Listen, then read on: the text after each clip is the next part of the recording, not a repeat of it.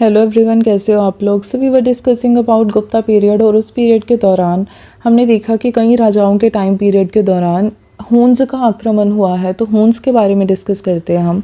जो हून्स थे उनका इंडिया में भारतवर्ष में जो टाइम पीरियड रहा है वो रहा है 500 से 530 एडी के अराउंड।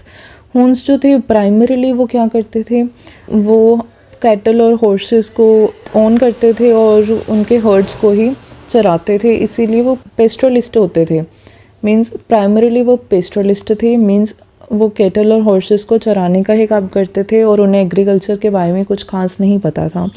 वो स्टेपीज़ में रोम करते थे, मतलब पहले वो स्टेपीज़ हमें पता है घास के मैदान है तो वहाँ पे रहते थे, ज़्यादातर वहाँ पे घूमते थे इन सर्च ऑफ कि वहाँ पे उन्हें ग्रेजिंग के लिए उनकी जो हर्ड है, कैटल या हॉर्सेस के जो हर्ड हैं उनको वो चरा सकें वहाँ पे, और पानी की खोज में वहाँ वो घूमते रहते थे। पर फिर उसके बाद ऑक्सस से जो वाइट हून्स थे वो अफ़गानिस्तान में आ गए और डिस्ट्रॉय कर दिया जो लोकल पावर थी वहाँ पे उसको। और आफ्टर एस्टेब्लिशिंग देयर देमसेल्स, वहाँ पे अपने आप को इस्टेब्लिश करने के बाद वो इंडिया में आना शुरू हो गए फ्रॉम 458 एडी।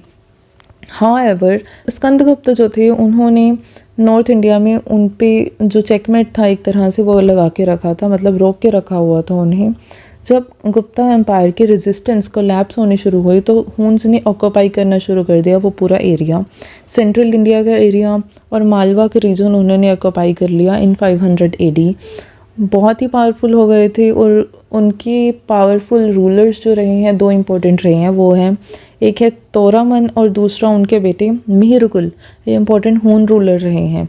उन्होंने रूल किया था फ्रॉम 500 टू 530 एडी। और मिहिरकुल जो थे वो एक शैवाइट थे, मतलब शैविज़म को फॉलो करते थे और he was a persecutor of Buddhism, means वो एक तरह से बुद्धिज़्म के अगेंस्ट ही थे। और 530 एडी में हून्स जो थे उन्हें अपरूट कर दिया गया था बाय यशोधर्मना, जो मंदसौर से आए थे उनके द्वारा। सो इस तरह से हून्स का राज्य यहाँ पे ख़त्म हो गया। तो ये थी बात about Huns. Thank you so much.